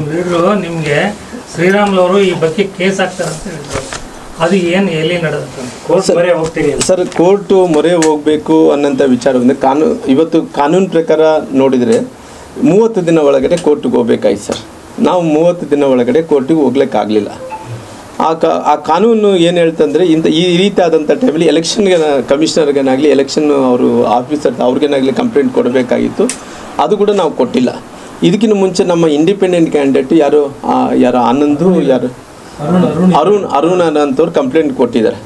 ಆ ಕಂಪ್ಲೇಂಟ್ ಅವ್ರು ಕೊಟ್ಟಿರೋ ಕಾರಣ ಅವರದ್ರಲ್ಲಿ ನಾವೇನೋ ಇನ್ಕ್ಲೂಡ್ ಆಗಬೇಕನ್ನೋಂಥ ಪ್ರಯತ್ನ ಮಾಡ್ತಾಯಿದ್ವಿ. ನಾನು ಎಲ್ಲ ಪ್ರಯತ್ನವನ್ನು ಕೂಡ ಸೀನಿಯರ್ ಕೌನ್ಸಿಲರ್ ಹತ್ರ ಮಾತಾಡ್ತಾ ಇದ್ದೀನಿ. ಇಲ್ಲ ಅಂತ ಹೇಳಿದ್ರೆ ಇದರಲ್ಲಿ ನಾನು ಹಾಕೋಕ್ಕಾಗಲ್ಲ ಅಂದರೆ ಪ್ರೈವೇಟ್ ಕಂಪ್ಲೇಂಟನ್ನಾಗಲಿ ಫೈಲ್ ಮಾಡ್ತೀನಿ ಸರ್. ಅಂದರೆ ಅವರ ಸ್ಥಾನವನ್ನು ಅನರ್ಜಿತಗೊಳಿಸಿ ಹಸಿಂದು ಬಗ್ಗೆ ವಜಾಗೊಳಿಸಬೇಕು ಅಂತ ಹಣ ದುರ್ಬಳಕೆ ಬಗ್ಗೆ ಪ್ರಕರಣ ಹಾಕೋದಕ್ಕೆ ಇನ್ನೂ ಸರ್. ಅದು ಇಂದಿರಾ ಗಾಂಧಿ ಅವ್ರ ಕೇಸಲ್ಲಿ ಕೂಡ ಇದೇ ರೀತಿ ಅವಾಗಿನ ಸಂದರ್ಭದಲ್ಲಿ ಹಸಿಂದು ಮಾಡಿದ್ರು.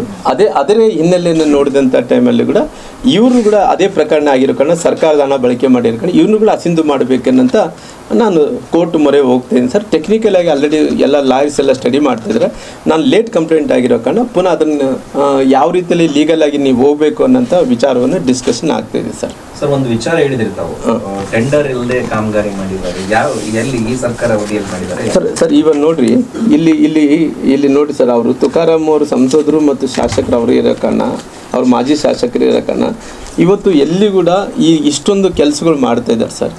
ಅಂದರೆ ಎಲ್ಲಿ ಕೂಡ ಬೈ ಎಲೆಕ್ಷನ್ ಚುನಾವಣೆ ಸಲುವಾಗಿ ವಿತೌಟ್ ಎನಿ ಟೆಂಡರ್ಸ್ ಅವರು ಹೋಗ್ತಾರೆ. ಅವ್ರು ಹೋಗಿ ಏನು ಅಂದ್ರಿಗಿನ ಇದು ಅಂದರೆ ಜನರನ್ನೆಲ್ಲ ಸೇರಿಸ್ಕೊಂಡು ಸಮಸ್ಯೆಗಳನ್ನು ತಿಳ್ಕೊಳೋದು. ಅಂದರೆ ಜನಪ್ರತಿನಿಧಿಗಳು ಯಾರನ್ನ ಕರೀಲ್ಲ. ಪ್ರೋಟೋಕಾಲ್ದಲ್ಲಿ ನಮ್ಮ MLC ಸಾಹೇಬರು ಕೂಡ ಬರ್ತಾರೆ, ಯಾರನ್ನ ಪ್ರೋಟೋಕಾಲ್ದಲ್ಲಿ ಕರೆಯಲ್ಲ, ಅವ್ರನ್ನೇ ಆ ಸಮಸ್ಯೆಗಳನ್ನು ಪರಿಹಾರ ಮಾಡ್ಬೇಕಂದ್ರೆ ಅಲ್ಲಿ ಹೋಗೋದು ವಿತೌಟ್ ಎನಿ ಟೆಂಡರ್ ಆಗ್ಲಾರ್ದಂಥ ಕೆಲಸ ಮಾಡಿ. ಅಧಿಕಾರಿಗಳು ಹೇಳ್ತಾರೆ, ಅಣ್ಣವ್ರು ಇದೇನು ಇದು ಹೊಸ ಸಂಪ್ರದಾಯ, ನಮ್ಗೆ ಏನು ಗೊತ್ತಾಗ್ತಿಲ್ಲ. ಅವರು ಕರಿತಾರಂಥ ಕಾರಣಗಳನ್ನೇ ಬೇರೆ. ಅವರು ಬಂದು ಜನರನ್ನ ಜನತಾ ದರ್ಶನ ಏನೋ ಅಂತಾರೆ ನೋಡಿ, ಜನತಾ ದರ್ಶನ ಅಂತ ಹೇಳಿ ಕರೆಯೋದು, ಹಂಗೆ ಪ್ರೋಟೋಕಾಲ್ ಇಲ್ಲಾರ್ದಂಥ ಕೆಲಸಗಳು ಪ್ರಾರಂಭ ಮಾಡಿ. ಯಾವತ್ತನಾಗಲಿ ನಮ್ಮ MLC ಸಾಹೇಬ್ರನ್ನ ಕೂಡ ಯಾವತ್ತು ಕರೆದಿಲ್ಲ. ಅವರು ಯಾವುದೊಂದು ಕಾರ್ಯಕ್ರಮಕ್ಕೂ ಕೂಡ ಕರೀತಾ ಇಲ್ಲ. ಇದ್ರ ಬಗ್ಗೆ ನಾನು ಒಂದು ಹೇಳ್ತೀನಿ, ಇದು ಸೆಕೆಂಡ್ ಟೈಮ್ ಆಗ್ತಾ ಇರೋದು ಇದು. ಟೆಂಡರ್ ಇಲ್ದಾಗಲ್ಲ, ಟೆಂಡರ್ ಬಗ್ಗೆ ಅಲ್ಲ, ನಾನು ಇನ್ನೊಂದು ಹೇಳ್ತೀನಿ. ಆಗಸ್ಟಲ್ಲಿ ಕೂಡ ಹಿಂಗೆ ಒಂದು ಮಾಡಿದ್ರು ಅವರು. ಆಗಸ್ಟ್ ಇದು ಸೆಪ್ಟೆಂಬರ್ದು ಇದು ಆಗಸ್ಟಲ್ಲಿ ಕೂಡ ಫುಲ್ ಸಂಡೂರು ಫುಲ್ ಸುತ್ತಾಡಿದ್ರು. ಅಲ್ಲಿ ಒಂದು ಉದ್ಘಾಟನೆ, ಇಲ್ಲಿ ಒಂದು ಭೂಮಿ ಪೂಜೆ, ಇಲ್ಲಿ ಒಂದು ಇನಾಗ್ರೇಷನ್ ಎಲ್ಲ ಮಾಡ್ಕೊಂಡು ಅವಾಗ ನನಗೆ ಬಂತದು ಮಾಹಿತಿ. ನಾನು ಅವಾಗ DC ಅವ್ರ ಹತ್ರ ಒಬ್ಜೆಕ್ಟ್ ಮಾಡಿದೆ. ಇದು ಇಟ್ ಈಸ್ ಅಗೇನ್ಸ್ಟ್ ಪ್ರೋಟೋಕಾಲ್ ಅಂತ ನಾನು ಒಬ್ಜೆಕ್ಟ್ ಮಾಡಿದೆ. ಅದರಲ್ಲಿ ಏನಿತ್ತು, ಗ್ರಾಮ ಪಂಚಾಯತಿ ಬಿಲ್ಡಿಂಗ್ ಇನಾಗ್ರೇಷನ್ ಕೂಡ ಇತ್ತು. ನನಗೆ ಅವಾಗ ರಿಪ್ಲೈ ಏನು ಕೊಟ್ಟಿದ್ದು, ಇದೆಲ್ಲ CSR ಆ್ಯಕ್ಟಿವಿಟಿಯಲ್ಲಿ ಮಾಡಿದ್ದಾರೆ, ಅದಕ್ಕೆ ಪ್ರೋಟೋಕಾಲ್ ಪ್ರಕಾರ ಬರೋದಿಲ್ಲ. ಫಸ್ಟ್ ಏನು ಹೇಳಿದರು, ಸಂಡೂರು ಲೋಕಲ್ ಅವ್ರ ಅಧಿಕಾರಿಗಳು, ನಮಗೇನು ಮಾಹಿತಿ ಇಲ್ಲ, ನಮ್ಮನ್ನೇ ಇನ್ವೈಟ್ ಮಾಡಿಲ್ಲ ನಾವು ಅಂತ ಹೇಳಿದ್ರು. ಎರಡನೇದಾಗಿ ಇದು ಈಗ ಬಂದಿದೆ, ಇದು ನಿನ್ನೆ ಬಂದಿದೆ ನನಗಿದು ಮಾಹಿತಿ. ಇದು ನಾನು ನೆಕ್ಸ್ಟ್ DC ಹತ್ರ ಡಿಸ್ಕಸ್ ಮಾಡ್ತೀನಿ. ಇದರಲ್ಲಿ ಏನು ಬರೆದಿದ್ದಾರೆ, KKRDB ಫಂಡ್ಸ್ ಕೂಡ ಯೂಸ್ ಮಾಡಿವೆ ಅಂತ ಒಂದೆರಡು ಸಲ ಓದಿದ್ದೀನಿ. ನಾನು ನಿನ್ನೆ ಓದ್ತಾ ಇದ್ದೆ. ಈಗ KKRDB ಫಂಡ್ಸ್ ಯೂಸ್ ಮಾಡಿದ್ದಾರೆ ಯಾವ್ದಾರ ಕಾಮಗಾರಿಗೆ ಅಂದರೆ ಅದು ಪ್ರೋಟೋಕಾಲ್ ಪ್ರಕಾರ ನಾನು ಇನ್ವೈಟ್ ಮಾಡಬೇಕು. ನನಗೆ ಇನ್ವೈಟ್ ಮಾಡಿಲ್ಲ. ಅದಕ್ಕೆ ಇದ್ರ ಬಗ್ಗೆ ಕೂಡ ನಾನು ಒಬ್ಜೆಕ್ಟ್ ಮಾಡ್ತೀನಿ. ಬಟ್ ನಿನ್ನೆ ನನಗೇನು ಬಂತು, ಅದರಲ್ಲಿ KKRDB ಫಂಡ್ಸ್ ಯೂಸ್ ಮಾಡಿ ಯಾವುದೋ ಒಂದು 2-3 ಕಾಮಗಾರಿಗಳು ತಗೊಂಡಿದ್ದಾರೆ. ಇದೆಲ್ಲ CSR ಫಂಡ್ ಅಂತೇಳಿ ನೆವ ಮಾಡಿ ಇವರು ಎಲ್ಲ ಗೌರ್ಮೆಂಟ್ ಏನೇನು ನಾರ್ಮ್ಸ್ ಇದ್ದಾವೆ ಎಲ್ಲದು ಯಾವುದು ಪಾಲಿಸ್ದಂಗೆ ಕೆಲಸಗಳು ಮಾಡ್ತಾಯಿದ್ದಾರೆ. ಸುಮ್ಮನೆ CSR ಫಂಡ್ ಅಂತ ಹೇಳ್ತಾರೆ, ಅದು ನಮಗೆ ಗೊತ್ತಿಲ್ಲ CSR ಫಂಡ್ ಅಂತ. ನಾವೀಗ ಬೇರೆ ವಾಟ್ಸಪ್ಪಲ್ಲಿ ನೋಡ್ತೀವಿ ಅವ್ರದ್ದು ಫುಲ್. ನನಗೆ ಒಂದೇ ಕ್ವಶನ್ ನಮ್ಮ ಸಂಸದರಿಗೆ, ಅವರು ಇನ್ನವರಿಗೆ ತಾವು ಸಂಡೂರು ಶಾಸಕರು ಅಂದ್ಕೊಂಡಿದ್ದಾರೋ ಏನು ಸಂಡೂರು ಸಂಸದರು ಅಂದ್ಕೊಂಡಿದ್ದಾರೋ ಏನು ಬಳ್ಳಾರಿ ಜಿಲ್ಲೆ ಸಂಸದರು ಅಂದ್ಕೊಂಡಿದ್ದಾರೋ ನನಗೆ ಗೊತ್ತಾಗವಲ್ದು. ಅವ್ರದ್ದು ಎಲ್ಲ ಆ್ಯಕ್ಟಿವಿಟಿ ಇನ್ನವರಿಗೆ ಬೇರೆ ಸಂಡೂರಲ್ಲೇ ಇದೆ. ಅವ್ರು ಏನು ಉದ್ಘಾಟನೆ ಮಾಡಿದ್ರು ಸಂಡೂರಲ್ಲಿದೆ, ಅವ್ರು ಏನು ಕಾಮಗಾರಿ ಮಾಡಿದ್ರು ಕೂಡ ಸಂಡೂರಲ್ಲಿದೆ, ಏನು KKRDB ಫಂಡ್ಸ್ ತರ್ತಾರೆ ಸಂಡೂರಲ್ಲಿದೆ. ಅವರು ಸ್ವಲ್ಪ ಈಗ ಮೊದಲು ಶಾಸಕರಿದ್ದು ಇನ್ನು ಅದರಲ್ಲೇ ಇರ್ಬೇಕು, ಅವ್ರು ಅದೇ ಮೈಂಡ್ ಸೆಟ್ಟಲ್ಲಿ ಇರ್ಬೇಕು. ಅವರು ಸಂಸದರಾಗಿದ್ದಾರೆ ಈಗ ಜಿಲ್ಲೆಗೆ.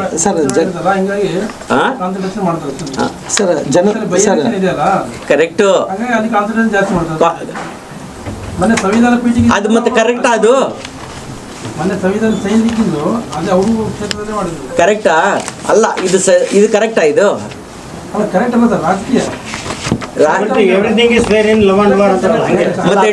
ಮತ್ತೆ 20.16 crores ಹಗರಣ ವಾಲ್ಮೀಕಿ ನಿಗಮದ ಬಂತಲ್ಲ, is it everything is fair in love and war?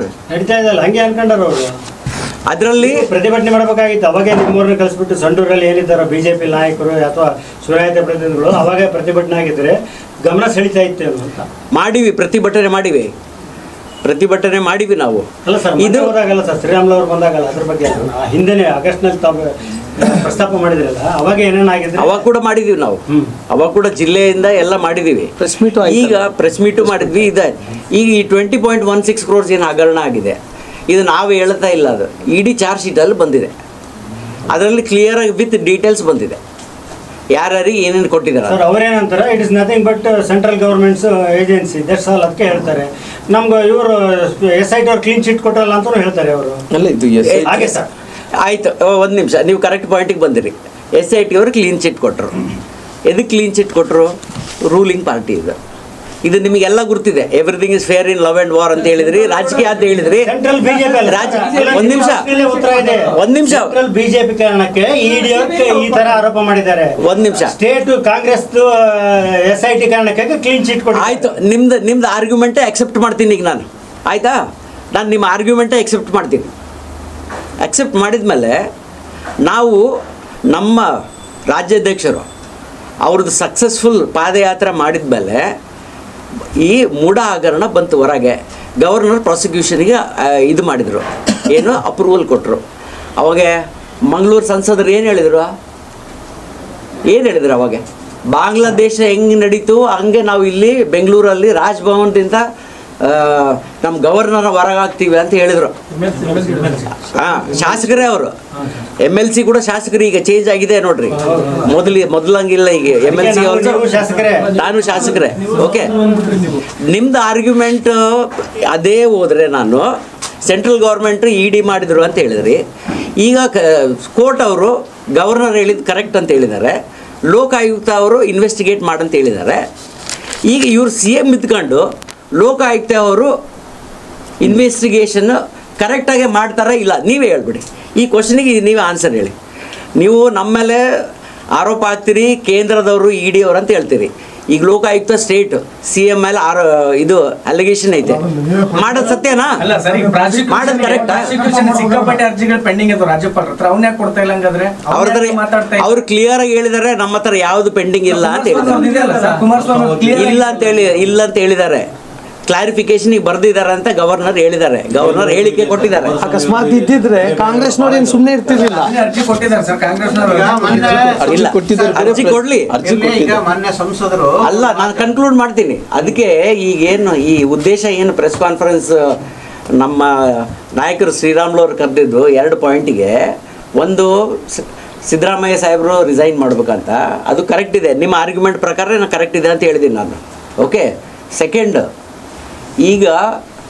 ಈಗ ತುಕಾರಾಮ್ ಬಗ್ಗೆ ಅವರು ED ಚಾರ್ಜ್ ಶೀಟಲ್ಲಿ ಇದ್ದದಕ್ಕೆ ಶ್ರೀರಾಮ್ಲು ಸಾಹೇಬರು ಲೀಗಲ್ ಆಪ್ಷನ್ಸ್ ಮಾಡ್ತಾ ಇದ್ದಾರೆ. ಅದಕ್ಕೆ ಅವರು ಆದಷ್ಟು ಬೇಗ ತುಕಾರಾಮ್ ಅವರು ಕೂಡ ರಿಸೈನ್ ಮಾಡಬೇಕು. ಸ್ವಲ್ಪ ಅವರು MLA ಆಫ್ ಸಂಡೂರ್ ಅಲ್ಲ, MP ಆಫ್ ಬಳ್ಳಾರಿ ಡಿಸ್ಟ್ರಿಕ್ಟ್, ಅಖಂಡ ಬಳ್ಳಾರಿ ಡಿಸ್ಟ್ರಿಕ್ಟ್ ಅಂತ ಸ್ವಲ್ಪ ಅವರಿಗೆ ಗಮನ ಸೆಳಿಬೇಕಂತ ನಂದೊಂದು ರಿಕ್ವೆಸ್ಟ್. ಸರ್, ಅವರು ಏನು ಎಲ್ಲಿ ಮೆದುಳು ಎಲ್ಲಿ ನಾಲಿಗೆಲೋ ನಾನೇನು ಹೇಳೋದು ಬೇಕಲ್ಲ. EDಯಲ್ಲಿ ಭಾಳ ಕ್ಲಿಯರ್ ಮಾಡ್ತಾರೆ. ED ಏನೇನು ಇನ್ವೆಸ್ಟಿಗೇಷನ್ಸ್ ಇದೆಯೋ ಅಲ್ಲಿ ಉತ್ತರ ಅವರೇ ಕೊಡ್ತಾರೆ. ನಾನೇನು ಕೊಡೋದು ಬೇಕಿಲ್ಲ ಅಂತ ಹೇಳ್ಕೊಂಡಿನಿ. ಕರ್ನಾಟಕ ಸರ್ಕಾರ ರಾಜ್ಯಪಾಲರನ್ನ ಅವಮಾನ ಮಾಡುತ್ತಾ ಮಾಹಿತಿಯನ್ನ ರಾಜ್ಯಪಾಲರಿಗೆ ಕೊಡಬೇಡ್ರಿ ಅಂತ ಅಧಿಕಾರಿ ಅಲ್ಲ, ನಾನೇನು ಇವತ್ತು ರಾಜ್ಯಪಾಲರ ವಿಚಾರ ಬಂದಂಥ ಟೈಮಲ್ಲಿ ಸಂವಿಧಾನ ಪೀಠಕ್ಕೆ, ಸಂವಿಧಾನಕ್ಕೆ ಕಾನ್ಸ್ಟಿಟ್ಯೂಷನ್ ಹೆಡ್ ಬಂದು ಗವರ್ನರು. ನಂಬರ್ 1 ಗವರ್ನರ್ ಅಂದರೆ ಏನು? ಟೋಟಲ್ ಆಗಿ ಅದೊಂದು ವ್ಯವಸ್ಥೆ ಕೆಳಗಡೆನೆ ಕೆಲಸ ಮಾಡೋಂಥದ್ದಲ್ಲ. ಇವತ್ತು ಸರ್ಕಾರ ನಿನ್ನೆ ಆದೇಶ ಮಾಡ್ತಿರುವಂಥದ್ದು, ಕ್ಯಾಬಿನೆಟಲ್ಲಿ ರೆಸೊಲ್ಯೂಷನ್ ಪಾಸ್ ಮಾಡಿರೋಂಥದ್ದು. ಇವತ್ತು ಎಂಥ ಪರಿಸ್ಥಿತಿಯಲ್ಲಿ ಕೂಡ ಚೀಫ್ ಸೆಕ್ರೆಟರಿ ಆಗಿರ್ಬೋದು, ಯಾವುದೇ ಅಧಿಕಾರಿಗಳಾಗಿರ್ಬೋದು, ವಿತೌಟ್ ದೇರ್ ನಾಲೆಜ್, ಸರ್ಕಾರ ಗಮನದಲ್ಲಿ ಇರಲಾರ್ದಂತೆ ಯಾವುದೇ ಪ್ರತಿಕೆ, ಯಾವುದೇ ಒಂದು ವಿಷಯಗಳ ಬಗ್ಗೆ ನೀವು ಬಹಿರಂಗವಾಗಿ ನೀವು ಹೇಳಿಕೆಯನ್ನು ಕೊಡಬಾರ್ದು, ಗೌರವ ತಿಳಿಸಬಾರ್ದು ಅಂತ ಹೇಳಿದ್ರೆ, ಮಾಹಿತಿ ಕೊಡಬಾರ್ದು ಅನ್ನಂತಂದ್ರೆ ನೀವು ನೋಡ್ರಿ ಹೆಂಗಿದೆ ಪರಿಸ್ಥಿತಿ, ಎಲ್ಲಿ ಬಂದು ತಲುಪಿದೆ ಅನ್ನಂಥದ್ದು. ಬಹುಶಃ ಕನ್ನಡದಲ್ಲಿ ಈ ಥರ ಡಿಸಿಷನ್ ಅಂದರೆ ಮೊದಲನೇದು ಇವತ್ತು 2 ವಿಚಾರ ನಿನ್ನೆ ಕ್ಯಾಬಿನೆಟ್ ನಿರ್ಧಾರದಲ್ಲಿ 2. ಒಂದನೇದು ಗವರ್ನರ್ ವಿಚಾರದಲ್ಲಿ ಅವ್ರು ಕಾನ್ಸ್ಟಿಟ್ಯೂಷನ್ ಹೆಡ್ ಆಗಿರೋ ಕಾರಣ ಅವ್ರಿಗೆ ಮಾಹಿತಿಯನ್ನು ಯಾವುದೇ ಕೊಡಬಾರ್ದು ಅನ್ನೋಂಥದ್ದು ಬಂದಿದೆ ಅಂದರೆ ಎಲ್ಲ ಒಂದು ಕಡೆ ಅನುಮಾನ ಜನರಿಗೆ ಕಾಣ್ತಾ ಇದೆ. 2ನೇ ವಿಚಾರ CBI ವಿಚಾರದಲ್ಲಿ ಯಾರು ಕೂಡ ಇಷ್ಟೊಂದು ದೊಡ್ಡ ಮಟ್ಟದಲ್ಲಿ ಯಾರು ಕೂಡ CBI ವಿಚಾರದಲ್ಲಿ ಆ ತನಿಖೆ ಸಮಸ್ಯೆದಲ್ಲಿ ತನಿಖೆ ಆಗಬಾರ್ದು ಅನ್ನಂಥ ಡಿಸಿಷನ್ ಎಂತಾಗಿದ್ದು ಅದನ್ನೇ ರಾಂಗ್ ಅನ್ನೋಂಥದ್ದು ಕೊಡ್ತಾರೆ. ಅಂದರೆ ಎಲ್ಲೋ ಒಂದು ಕಡೆ ಅನುಮಾನ. ಯಾಕಂದರೆ ಸರ್ಕಾರ ಇವತ್ತು ಎಲ್ಲಿ ತನಕ ಇವತ್ತು ಅಭಿವೃದ್ಧಿ ಕೆಲಸಗಳು ಮಾಡ್ತಾ ಇಲ್ಲ, ಜೊತೆಲೆ ನಮ್ಮ ಕಲ್ಯಾಣ ಕರ್ನಾಟಕ ಭಾಗದಲ್ಲಿ ತಿರಸ್ಕಾರ ಮಾಡಿದೆ. ಎಲ್ಲ ವಿಷಯಗಳಲ್ಲಿ ಬಗ್ಗೆ ಕೂಡ ನಮ್ಮ ಭಾಗವನ್ನು ಅನ್ಯಾಯ ಮಾಡ್ತಾ ಇದೆ. ಜೊತೆಲಿ ಇಡೀ ಕರ್ನಾಟಕ ರಾಜ್ಯಕ್ಕೂ ಕೂಡ ಇದು ಅನ್ವಯಿಸ್ತದೆ. ಆದರೆ ವಿಶೇಷವಾಗಿ ನಮ್ಮದು ಹಿಂದುಳಿದಂಥ ಜಿಲ್ಲೆಗಳಾಗಿರೋ ಕಾರಣ ಇಲ್ಲಿ ಏನು ನಾವು ಎಕ್ಸ್ಪೆಕ್ಟೇಷನ್ ಮಾಡಿಕೊಂಡಿದ್ದು ಇವತ್ತು ನಮ್ಮ ಉದಾಹರಣೆಯಾಗಿ ನಾನು ಹೇಳ್ಕೊತ ಹೋದರೆ ಏರ್ಪೋರ್ಟಿಂದ ಇವತ್ತು ಸಂಸದರು ಅವರೇ ಹೇಳ್ಬೇಕಾಯ್ತು, ಅವರು ಇದು ಇಂಥ ವಿಚಾರದಲ್ಲಿ ಮುಂದಕ್ಕೆ ಬರಬೇಕಾಯ್ತು. ರಾಮ್ಲು ಅವ್ರು ಹೇಳಿರೋಂಥ ವಿಚಾರ ಕೇವಲ ಅವರು ವೈಯಕ್ತಿಕವಾದಂಥದ್ದು ಹೇಳಿಕೆ ಅಲ್ಲ, ಅದು ದಾಖಲಾತಿಗಳು ಇರೋ ಕಾರಣ, ನಾನು ಹೇಳಿರೋ ಕಾರಣ ಅವರು ಮುಂದಕ್ಕೆ ಬಂದು ಈ ಮುಖ್ಯಮಂತ್ರಿಗಳು ಬಂದಂಥ ಟೈಮಲ್ಲಿ, ಕ್ಯಾಬಿನೆಟ್ ಸಚಿವ ಸಂಪುಟ ನಡೆಯುವಂಥ ಟೈಮಲ್ಲಿ ಕೂಡ ನಮ್ಮ ಏರ್ಪೋರ್ಟನ್ನು ಹಿಡ್ಕೊಂಡು ಬೇರೆ ಎಲ್ಲ ವಿಚಾರದಲ್ಲಿ ಕೂಡ ನಮ್ಗೆ ಅನ್ಯಾಯ ಆಗ್ತಿದ್ದ ಅವ್ರು ಮಾಡಬೇಕಾಗಲಿ ಗೆದ್ದಂಥವ್ರು. ಇವತ್ತು ರಾಮ್ಲು ಅವ್ರು ಮಾತಾಡಿದ ತಪ್ಪನ್ನಂಥದ್ದು ಇಲ್ಲ, ಅವರು ನಾಲಿಗೆ ಇಲ್ಲಾರ್ದಂತೆ ಮೆದುಳಿಗೆ ನಾಲಿಗೆಗೆ ಏನು ಲಿಂಕ್ ಇಲ್ಲಾರ್ದಂಥ ಮಾತುಗಳು ಮಾತಾಡ್ತಾರೆ ಅಂದರೆ ಡೆವಲಪ್ಮೆಂಟ್ ಎಲ್ಲ ಆಗುತ್ತೆ. ಉದಾಹರಣೆಗೆ ಬೇರೆ ಬೇರೆ ಜಿಲ್ಲೆಗಳಲ್ಲಿ ನೋಡಿದಂಥ ಟೈಮಲ್ಲಿ ಡೆವಲಪ್ಮೆಂಟ್ ವಿಚಾರ ಬಂದಂಥ ಟೈಮಲ್ಲಿ ಎಲ್ಲರೂ ಕೂಡ ಒಂದಾಗಿ ಡೆವಲಪ್ಮೆಂಟ್ ಮಾಡ್ಕೊಂಡು ನಮ್ಮ ಜಿಲ್ಲೆಗಳಿಗೆ ಬಂದ ತಕ್ಷಣ ಇಲ್ಲಿ ವಾರ್. ಸರ್, ಒಂದು ವಿಚಾರ, ರಾಜ್ಯಪಾಲರ ಅಧಿಕಾರ ದಿನಕ್ಕೆ ಮೊಟಕಾಗ್ತಾ ಇದೆ. ಇತ್ತೀಚೆಗೆ ಯಾವುದೇ ಇದು ಯೂನಿವರ್ಸಿಟಿಗಳಲ್ಲಿ ಕುಲಪತಿಗಳ ಆಯ್ಕೆ ವಿಚಾರದಲ್ಲೂ ಕೂಡ ರಾಜ್ಯಪಾಲರದ್ದು ಬೇಕಿಲ್ಲ ಅನ್ನುವಂಥ ವಿಚಾರವನ್ನು ಕೂಡ ರಾಜ್ಯ ಸರ್ಕಾರ ನಿರ್ಧಾರ ತೆಗೆದುಕೊಂಡು ಅದ್ರ ಬಗ್ಗೆ ಸರಿಯಾದಂಥ ಮಾಹಿತಿ. ಯಾಕಂದ್ರೆ ಇವತ್ತು ಸಂಘರ್ಷ ಅನ್ನೋದಕ್ಕಿಂತ, ಯಾಕಂದ್ರೆ ಇವತ್ತು ನಾವು ಅನೇಕ ಗವರ್ನರ್ಗಳನ್ನು ನಾವು ನೋಡಿದ್ವಿ. ಉದಾಹರಣೆಗೆ ಕಾಂಗ್ರೆಸ್ ಸರ್ಕಾರ ಇದ್ದಂಥ ಟೈಮಲ್ಲಿ ಕೂಡ, ಕೇಂದ್ರದಲ್ಲಿದ್ದಂಥ ಟೈಮಲ್ಲಿ ಕೂಡ ಅವತ್ತು ಇಲ್ಲಿ ಕೂಡ ಯಾರು ಗವರ್ನರ್ ಇದ್ದರು, ನಾವು ಇದ್ದಂಥ ಟೈಮಲ್ಲಿ ಅವ್ರ ಗವರ್ನರ್ ಹಂಸರಾಜ್ ಭರದ್ವಾಜ್ ಅವರು ಕೂಡ ಅವತ್ತು ಯಡಿಯೂರಪ್ಪ ಅವರು ರಾಜೀನಾಮೆಯನ್ನು ಕೊಡಬೇಕಾಯಿತು. ಅವತ್ತು ಈ ರೀತಿ ನಾವು ಯಾವ ನಿರ್ಧಾರಗಳು ತೊಗೊಳಕ್ಕೆ ಹೋಗಲಿಲ್ಲ. ಅವತ್ತು ಹೇಳಿದ್ರು ಗವರ್ನರ್ ಎಂಥ ಪರಿಸ್ಥಿತಿಯಲ್ಲಿ ಕೂಡ ಅವ್ರು ರಾಜೀನಾಮೆ ಕೊಡಲೇಬೇಕು ಅನ್ನೋಂಥ ಪರಿಸ್ಥಿತಿ ಬಂದಂಥ ಟೈಮಲ್ಲಿ ಕೂಡ ಅವತ್ತು ನಾವು ಯಡಿಯೂರಪ್ಪರು ರಾಜೀನಾಮೆ ಮಾಡಿದ್ರು. ಯಡಿಯೂರಪ್ಪರು ಮಾಡಿದ ನಂತರ ಪುನಃ ಸಂತೋಷ್ ಹೆಗಡೆ ಅವರು ಲೋಕಾಯುಕ್ತದಲ್ಲಿ ಅವತ್ತು ಹೆಸರು ನಂದು ಎಲ್ಲ ಒಂದು ಕಡೆ ರೆಫರ್ ಮಾಡಿದರು. ಪೂರ್ಣ ಅಲ್ಲ, ರಾಮ್ಲೂರು ಅನ್ನೋಂಥ ವಿಷಯ ಬಂದಂಥ ಟೈಮಲ್ಲಿ ಸ್ವಾಭಿಮಾನದಿಂದ ನಾನೇ ಸ್ವಂತ ಪ್ರಯಾಣದಿಂದ ರಾಜೀನಾಮೆಯನ್ನು ಕೊಟ್ಟೆ. ಜನಾರ್ದನ್ ರೆಡ್ಡಿ ಅವರು ಕೂಡ ಅವತ್ತು ರಾಜೀನಾಮೆಯನ್ನು ಕೊಟ್ಟರು, ಮಂತ್ರಿ ಸ್ಥಾನಕ್ಕೆ ರಾಜೀನಾಮೆಯನ್ನು ಕೊಟ್ಟರು. ಇವತ್ತು ವಾಲ್ಮೀಕಿ ಈ ಭ್ರಷ್ಟಾಚಾರದಲ್ಲಿ ನಿಗಮದಲ್ಲಿ ಹಣ ವಿಚಾರದಲ್ಲಿ ಇಡಿಯಲ್ಲಿ ಅವರು ಜಿಲ್ಲಾ ಮಂತ್ರಿಗಳು ಮಾಜಿ ಜಿಲ್ಲಾ ಮಂತ್ರಿಗಳು ಅಂತ ನಾಗೇಂದ್ರ ಅವರು ಅವರೇ ಹೇಳಿಕೆಯನ್ನು ಕೊಟ್ಟು 21 ಕೋಟಿ ರೂಪಾಯಿ ಇಲ್ಲಿ ಲೋಕಸಭೆ ಚುನಾವಣೆಗಳಿಗೆ ಬಳಕೆ ಆಗಿದೆ ಅನ್ನೋಂಥ ಕ್ಲಿಯರ್ ಆಗಿ ಹೇಳ್ತಾ ಇದ್ದಾರೆ. ಹೇಳಿದ್ದ ಪ್ರಕಾರ ವಿಜಯ್ ಕುಮಾರ್ ಅವರು ಯಾವ ಬೂತಲ್ಲಿ ಎಷ್ಟೆಷ್ಟು ರೊಕ್ಕ ಖರ್ಚು ಮಾಡಿದಾರ, ಎಲ್ಲೆಲ್ಲಿ ಹೆಂಡ ಹಂಚಿದಾರ, ಎಲ್ಲೆಲ್ಲಿ ಹಣ ಕೊಟ್ಟಿದಾರ ಅನ್ನೋಂಥ ಕ್ಲಾರಿಟಿ ಇದ್ದು ಎಲ್ಲ ವಿಡಿಯೋ ರೆಕಾರ್ಡಿಂಗ್ ಅಲ್ಲಿ ಕೂಡ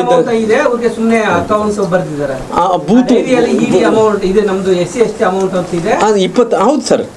ಅದು ವಿಜಯ್ ಕುಮಾರ್ ಬಗ್ಗೆ ಅಲ್ಲ ವಿಜಯ್ ಕುಮಾರ್ ಡೈರಿಯಲ್ಲಿ ಅಲ್ಲ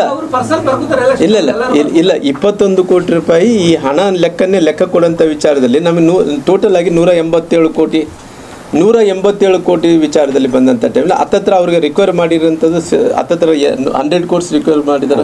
93 ಕೋರ್ಸ್ ಎಲ್ಲ ಇದಾಗಿದೆ. 93 ಇನ್ನು 87 ಕ್ರೋರ್ಸ್ 93 ಕ್ರೋರ್ಸ್ ಲೆಕ್ಕ 19 ಎಲ್ಲ ಕ್ರೋರ್ಸ್ ವಿಚಾರದಲ್ಲಿ ಬೇರೆ ಎಲ್ಲೆಲ್ಲಿ ಉಪಯೋಗ ಆಗಿದೆ ಅದರ ರಿಕ್ವೈರ್ಮೆಂಟ್ ಏನು ಮಾಡಿದ್ದಾರೆ ಅನ್ನೋಂಥ ವಿಚಾರ ಬಂದಂಥ ಟೈಮಲ್ಲಿ ಕೂಡ ಅದರ ಲೋಕಸಭೆ ಚುನಾವಣೆಗಳು 21 ಕೋಟಿ ಬಳಕೆ ಆಗಿದೆ ಅನ್ನೋಂಥದ್ದು ಕೂಡ ದಾಖಲಾತಿಗಳು ಇದಾವೆ ಸರ್. ಸಿದ್ದರಾಮಯ್ಯ ವಿರುದ್ಧ ತಮ್ಮ ಹೋರಾಟ ಲಾಜಿಕಲ್ ಎಂಡ್ ಇಷ್ಟೇ ಸರ್. ಅವರು ಇವಾಗ ಅಲ್ಲ ನಮ್ದು ಹೋರಾಟ ನಿರಂತರವಾಗಿ ನಡೀತಿರ್ತದೆ. ಅಲ್ಲ ಇದು CM ಅವರು ರಾಜೀನಾಮೆ ಕೊಟ್ಟಿದ ನಂತರ ಕೂಡ ನಮ್ಮ ಹೋರಾಟ ಇಲ್ಲಿಗೆ ನಿಲ್ಲಲ್ಲ. ಯಾಕಂದ್ರೆ ಪುನಃ ಅವ್ರಿಗೆ ನಮ್ಮ MLC ಸಾಹೇಬರು ಹೇಳಿದಂತೆ ಅವರು ಲೋಕಾಯುಕ್ತದಲ್ಲಿ ಇವತ್ತು ಇನ್ವೆಸ್ಟಿಗೇಷನ್ ಆಫೀಸರ್ ಆಗಿರೋ ಕಾರಣ ಅವರು CM ಅವ್ರನ್ನ ಇನ್ವೆಸ್ಟಿಗೇಷನ್ ಮಾಡೋಕ್ಕಾಗಲ್ಲ. ಅವ್ರು ರಾಜೀನಾಮೆ ಕೊಡಬೇಕು, ತನಿಖೆ ಎದುರಿಸಬೇಕು. ನಂಬರ್ 1. ಎರಡನೇ ವಿಚಾರದಲ್ಲಿ ಕೂಡ ನಮ್ಮ ವಾಲ್ಮೀಕಿ ಅಭಿವೃದ್ಧಿ ನಿಗಮದಲ್ಲಿ ಏನು ಇವತ್ತು ಇಷ್ಟೊಂದು ದೊಡ್ಡ ಭ್ರಷ್ಟಾಚಾರ ಆಗಿದೆನೋ ನಮ್ಮದು ಇದನ್ನು ಒಂದು ತಾರಕಕ್ಕೆ ತೊಗೊಂಡೋಗ್ತೀವಿ. ಇಲ್ಲಿ ಏನು ನಿಲ್ಲಲ್ಲ. ಮುಖ್ಯಮಂತ್ರಿಗಳು ರಾಜೀನಾಮೆ ಕೊಡಬೇಕು, ಮಂತ್ರಿಗಳು ಜೈಲಿಗೆ ಹೋದರು ಅನ್ನೋಂಥ ಅಲ್ಲಿಗಲ್ಲ ಅದು. ಇದು ಎಲ್ಲ ವಿಚಾರದಲ್ಲಿ ಕೂಡ ನಾವು ಹೋರಾಟ ಅಂತೂ ಗಟ್ಟಿ ಮಟ್ಟದಲ್ಲಿ ಗಟ್ಟಿಯಾಗಿ ಮಾಡ್ತೀವಿ. ನಿನ್ನೆ ಯತ್ನಾಳ್ ಅವರು ನಿರ್ಧಾರ ತಗೊಂಡ್ರು, ನಿಮ್ಮ ಅಧ್ಯಕ್ಷರದು ಯಾರಿಗೂ ತಿಳಿಸ್ದಂಗ ಅವ್ರು ಹೋಗ್ತಾರ, ದಿಢೀರ್ ಮೀಟಿಂಗ್ ಮಾಡ್ಬಿಡ್ತಾರ, ಈಶ್ವರಪ್ಪನ ಕರ್ಕೊಂಡ್ಬಿಡ್ತೀವಿ ನಾವು, ಏನೋ ಅಂತಾರ ಗೊಂದಲಗಳು. ಈಗ ಪಾದಯಾತ್ರೆ ನಡೆಯುತ್ತಾ ಇಲ್ಲಿ ತನಕ ಆಗಿದೆ. ಇನ್ನು ಪಾದಯಾತ್ರೆ ಮಾಡಬೇಕು ಅನ್ನೋಂಥ ವಿಚಾರ ಬಂದಂಥ ಟೈಮಲ್ಲಿ ಯಾವುದೇ ನಿರ್ಧಾರಗಳು ತೊಗೊಂಡಿಲ್ಲ ಪಾರ್ಟಿ. ಮೊನ್ನೆ ಕೂಡ ಹಿರಿಯರೆಲ್ಲರೂ ಕೂಡ ಕರೆದಂಥ ಟೈಮಲ್ಲಿ ಕೂಡ ಇನ್ನು ಮುಂದಕ್ಕೆ ಏನು ಮಾಡಬೇಕನ್ನೋದು ಯೋಚನೆ ಮಾಡೋಣ. ಸದ್ಯಕ್ಕಂತೂ ಈ ಹೋರಾಟದ ಮೈಸೂರು ಬಗ್ಗೆ ವಿಚಾರದಲ್ಲಿ ಮಾತ್ರ ಮಾತಾಡಿದ್ರು ಅಷ್ಟೇ ಬಿಟ್ಟು ಬೇರೆ ಯಾವುದು ಮಾತಾಡಿದ್ರು. ಶ್ರೀರಾಮುಲು ಅವರು ಬೇರೆ ಬೇರೆ ಸಂದರ್ಭಗಳಲ್ಲಿ ಪಾದಯಾತ್ರೆ ಬೇರೆ ಬೇರೆ ರಾಜಕೀಯ ವಿಚಾರ ಬಂದಾಗ ಮಾಡ್ತಾರೆ. ಬಟ್ ವಾಲ್ಮೀಕಿ ಸಮುದಾಯದ ನೀವು ಒಬ್ಬ ರಾಜ್ಯ ನಾಯಕರಾಗಿದ್ದು ಇದನ್ನು ದೊಡ್ಡ ಪ್ರಮಾಣದ ನೇತೃತ್ವ ತಗೊಂಡು ಹೋರಾಟಕ್ಕೆ ನೀವು ಹಿಡಿಯಲಿಲ್ಲ. ಬಳ್ಳಾರಿಯಿಂದ ಬೆಂಗಳೂರು ವಿಧಾನಸೌಧಕ್ಕೆ ನೀವು ದೊಡ್ಡ ಪ್ರಮಾಣದ ಚಳವಳಿ ಮಾಡಬಹುದಾಗಿತ್ತು. ನಿಮ್ಮ ಪಕ್ಷದ ವರ್ಚಸ್ಸು ರಾಮುಲು ಅವರು ಅಂದ್ರೆ ಆ ಕಮ್ಯುನಿಟಿ ಒಂದೇ ಸಂದರ್ಭ ಬಂದಾಗ ಇವರು ನೋಡಿ ಸರ್, ನಾನು ಇದ್ರ ವಿಚಾರ ಒಂದೇ ಅಲ್ಲ. ಯಾಕಂದ್ರೆ ಇವತ್ತು ನನ್ನ ರಾಮುಲು ಅವರು ಇವತ್ತಿನ ಮನುಷ್ಯ ಅಲ್ಲ. 30 ವರ್ಷಗಳ ಕಾಲ ನಿಮ್ಮ ಜೊತೆಲೇ ನಾನು ಬೆಳೆದಂಥವನು, ನಿಮ್ಮ ಜೊತೆಲೇ ಒಡನಾಟ ಇಟ್ಕೊಂಡಿರುವಂಥನು, ವಿಶೇಷವಾಗಿ ಬಳ್ಳಾರಿ ಬಗ್ಗೆ ನನಗೆ ಪ್ರೀತಿ ಇದ್ದಂಥವನು, ಜೊತೆಲಿ ಈ ಸಮುದಾಯದ ಬಗ್ಗೆ ಕೂಡ ಪ್ರೀತಿ ಇದ್ದಂಥವ್ರು. ನಾನು ಅಧಿಕಾರದಲ್ಲಿದ್ದಂಥ ಟೈಮಲ್ಲಿ ವಾಲ್ಮೀಕಿ ಜಯಂತಿ ಹಿಡ್ಕೊಂಡು ಮೀಸಲಾತಿ ತನಕ ಇವತ್ತು ಎಲ್ಲ ವಿಚಾರಗಳಲ್ಲಿ 1 to 9 10 ಅಲ್ಲ 1 to 9 ತನಕ ಕೂಡ ರಾಮುಲು ಅವರೇ ಮಾಡಿರೋಂಥದ್ದು, ಬಿಜೆಪಿನೇ ಮಾಡಿ. ನಾನು ಇವತ್ತು ಈ ವಿಚಾರ ಬಂದಂಥ ಟೈಮಲ್ಲಿ ನಾನು ಹೋರಾಟಗಳು ಇಡೀ ಮೈಸೂರು ತನಕ, ಬೆಂಗಳೂರಿನಿಂದ ಮೈಸೂರು ತನಕ ಪಾದಯಾತ್ರೆ ಮಾಡಿದ್ದೀನಿ. 2 ದಿನಗಳ ಕಾಲ ಜಿಲ್ಲಾಧಿಕಾರಿಗಳ ಕಚೇರಿ ಹತ್ರ ಉಪವಾಸ ಅಹೋರಾತ್ರಿ ಧರಣಿ ಮಾಡಿದ್ದೀನಿ. ಆಮೇಲೆ ಎಲ್ಲ ಪ್ರಮುಖರೆಲ್ಲ ಕೂಡ ಕರೆದು ಎಲ್ಲರನ್ನು ಕೂಡ ಇವತ್ತು ಬೆಳಗಾಮದಲ್ಲಿ ಮೀಟಿಂಗ್ ಮಾಡಿದ್ದೀನಿ, ಆ ಕಡೆ ರಾಯಚೂರು ಕಡೆ ಮೀಟಿಂಗ್ ಮಾಡಿದ್ದೀನಿ, ಬೆಂಗಳೂರು ಕಡೆ ಮೀಟಿಂಗ್ ಮಾಡಿದ್ದೀನಿ. ನನ್ನ ಪ್ರಯತ್ನ ಶಕ್ತಿ ಮೀರಿ ಮಾಡ್ತೀನಿ.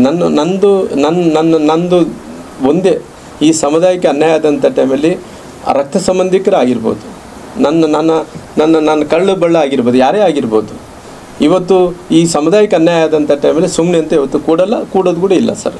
ಆಮೇಲೆ ಮೊನ್ನೆ ಗುಲ್ಬರ್ಗಾದಲ್ಲಿ ಸಚಿವ ಸಂಪುಟ ಸಭೆ ಆಯಿತು, ವಿಶೇಷ ಸಭೆ. ಇಡೀ ದುಡ್ಡೆಲ್ಲ ಪ್ರಿಯಾಂಕಾ ಖರ್ಗೆ ಕ್ಷೇತ್ರಕ್ಕೆ, ಯಾದಗಿರಿಗೆ, ಬೀದರ್ಗೆ ಹೋಯ್ತು. ಬಳ್ಳಾರಿಗೆ ದುಡ್ಡೇ ಬರಲಿಲ್ಲ, ಬರೀ 10 ಕೋಟಿ ಕೊಡ್ತಾರೆ. ಆಮೇಲೆ ಬಿಜೆಪಿ ಪ್ರತಿಪಕ್ಷವಾಗಿ ದೊಡ್ಡ ಚಳವಳಿನೇ ಮಾಡಲಿಲ್ಲ, ಇವತ್ತಿಗೂ ಧ್ವನಿ ಎತ್ತಲಿಲ್ಲ ನೀವು.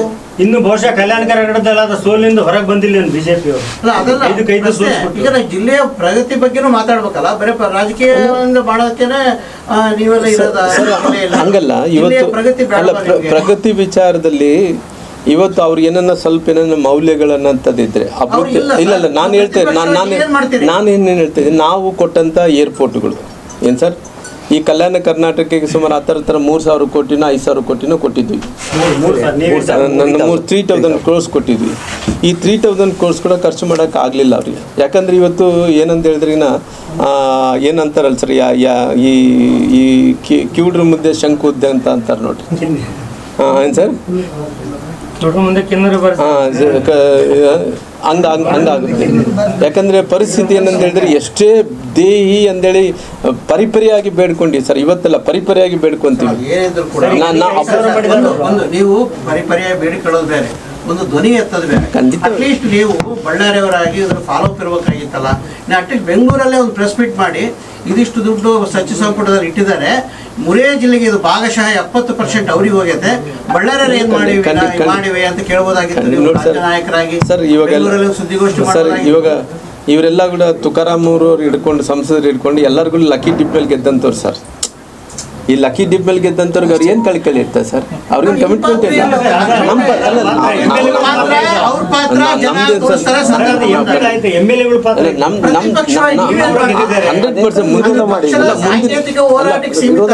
ಅಲ್ಲ ವಿರೋಧ ಮಾಡಿ ಸರ್, ಮುಂದಕ್ಕೂ ಕೂಡ 100% ಇದ್ರ ಬಗ್ಗೆ ದೊಡ್ಡವಾದಂಥ ಹೋರಾಟ ಮಾಡ್ತೀವಿ. ಇಲ್ಲಿಗೆ ನಿಲ್ಲಲ್ಲ ಸರ್, ಹೋರಾಟ ಅನ್ನೋದು ನಿರಂತರವಾಗಿ ನಡೀತಿರ್ಬೇಕು, ಮಾಡ್ತೀವಿ. Thank you. ಇಲ್ಲ ಆಲ್ರೆಡಿ ಹೇಳಿದ್ದೀನಲ್ಲ, ನಿಲ್ಲಲ್ಲ ಅಂತ ಹೇಳಿದ್ದೀನಲ್ಲ, ನಾನು ನಿಲ್ಲಲ್ಲ ಸರ್, ನಾನು ಸ್ಪರ್ಧೆನೇ ಮಾಡೋ ಪ್ರಶ್ನೆ ಇಲ್ಲ. ಇಲ್ಲ ಸದ್ಯಕ್ಕೆ ಏನಿಲ್ಲ ಸರ್, ನಾವಂತೂ ಪಾರ್ಟಿ ನಿರ್ಧಾರ, ನಾವು ಯಾರು ಕೂಡ ನಾನು ಸ್ಪರ್ಧೆ ಮಾಡಲ್ಲ ಸರ್. ಬಳ್ಳಾರಿಯ ನಿರಂತರ ಸುದ್ದಿಗಾಗಿ ಬಳ್ಳಾರಿ ಬೆಳಗಾಯಿತು ಚಾನೆಲ್ನ ಸಬ್ಸ್ಕ್ರೈಬ್ ಮಾಡಿ ಹಾಗೂ ಬೆಲ್ ಐಕಾನ್ ಒತ್ತಿ.